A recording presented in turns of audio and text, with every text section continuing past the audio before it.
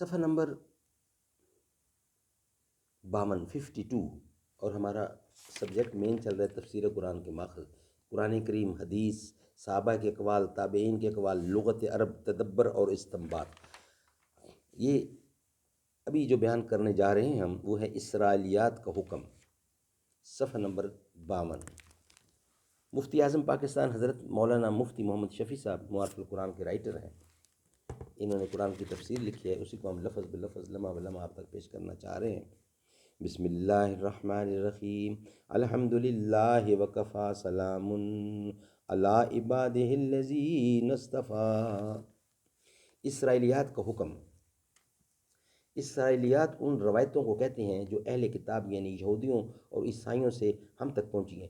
پہلے زمانے کے مفسرین کی عادت تھی کہ وہ کسی آیت کے ذیل میں ہر قسم کی وہ روایات لکھ دیتے تھے جو انہیں سند کے ساتھ پہنچتی تھی۔ ان میں بہت سی روایتیں اسرائیلیات بھی ہوتی ہیں، اس لیے ان کی حقیقت سے واقف ہونا بھی ضروری ہے۔ ان کی حقیقت یہ ہے کہ بعض صحابہ کرام اور تابعین پہلے اہل کتاب کے مذہب سے تعلق رکھتے تھے، بعد میں جب وہ مشرب اسلام ہوئے اور قرآن کریم کی تعلیم حاصل کی تو انہیں قرآن کریم میں پچھلی امتوں کے بہت سے وہ واقعات نظر آئے جو انہوں نے اپنے سابقہ مذہب کی کتابوں میں بھی پڑھے تھے۔ چنانچہ وہ قرآنی واقعات کے سلسلے میں وہ تفصیلات مسلمانوں کے سامنے بیان کرتے تھے جو انہوں نے اپنے پرانے مذہب کی کتابوں میں دیکھی تھی۔ یہی تفصیلات اسرائیلیات کے نام سے تفسیر کی کتابوں میں داخل ہو گئی ہیں۔ حافظ ابن کثیر نے، جو بڑے محقق مفسرین میں سے ہیں، انہوں نے لکھا ہے کہ اسرائیلیات کی 3 قسمیں ہیں۔ نمبر 1، وہ روایات جن کی سچائی قرآن و سنت کے دوسرے دلائل سے ثابت ہے، مثلا فرعون کا غرق ہونا اور حضرت موسیٰ علیہ السلام کا کوہ طور پر تشریف لے جانا۔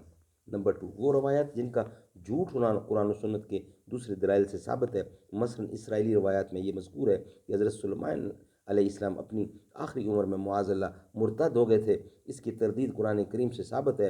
ارشاد کہ وما کفر سلیمان ولکن الشیاطین کفروا، اور سلیمان کافر نہیں ہوئے بلکہ شیاطین نے کفر کیا۔ اسی طرح مثلا اسرائیلی روایات میں مذکور ہے کہ معاذ اللہ حضرت داؤد علیہ السلام نے اپنے سپہ سالار اور اولیاء کی بیوی سے زنا کیا یا اسے مختلف تدبیروں سے مروا کر اس کی بیوی سے نکاح کر لیا۔ یہ بھی کھلا جھوٹ ہے اور اس قسم کی روایتوں کو غلط سمجھنا لازم ہے۔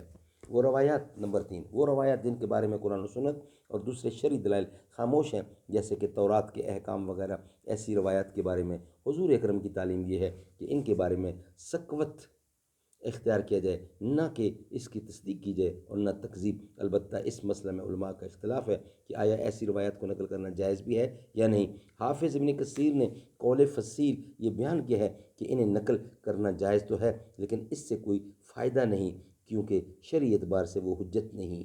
اللہ تعالی ہمیں عمل کرنے کی توفیق عطا فرمائے۔